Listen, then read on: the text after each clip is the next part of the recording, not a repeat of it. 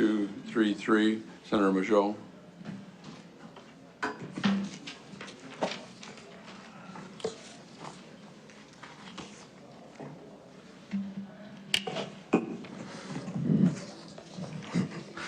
Good morning, Mr. Chairman and committee members. My name is Senator Shane Morigeau. My last name is spelled Morigeau. I represent Senate District 48 out of Missoula County. And today, before you, I have Senate Bill 233.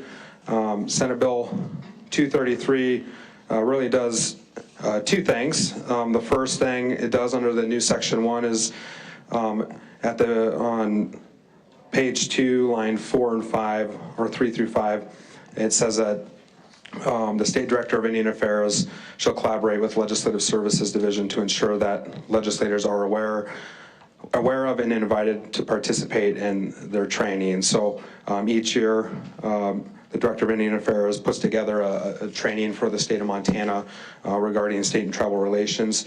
This just ensures that she coordinates with our branch to make sure that our folks know that it's happening and that we can attend.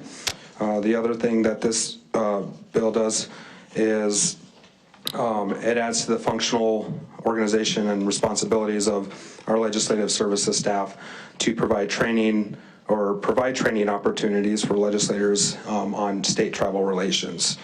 You know, as you all know, I'm a Salish and Kootenai member, proud Montanan, and a U.S. citizen, of course. And honestly, it is one of the greatest honors of my life to be able to serve with all of you and to wear this name tag.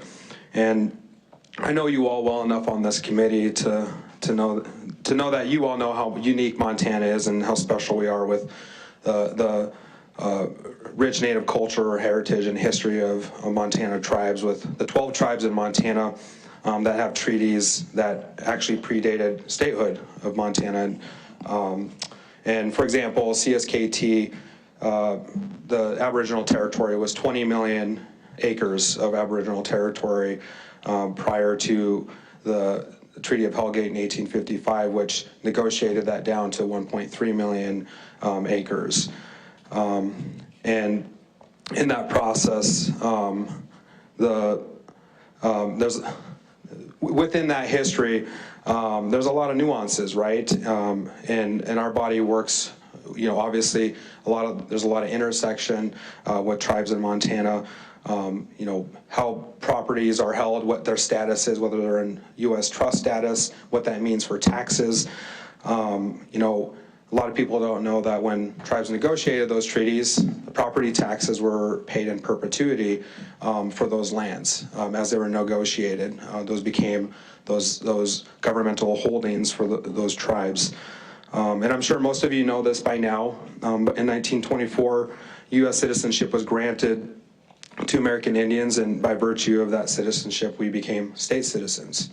And I think, you know, that those little things get overlooked a lot of times.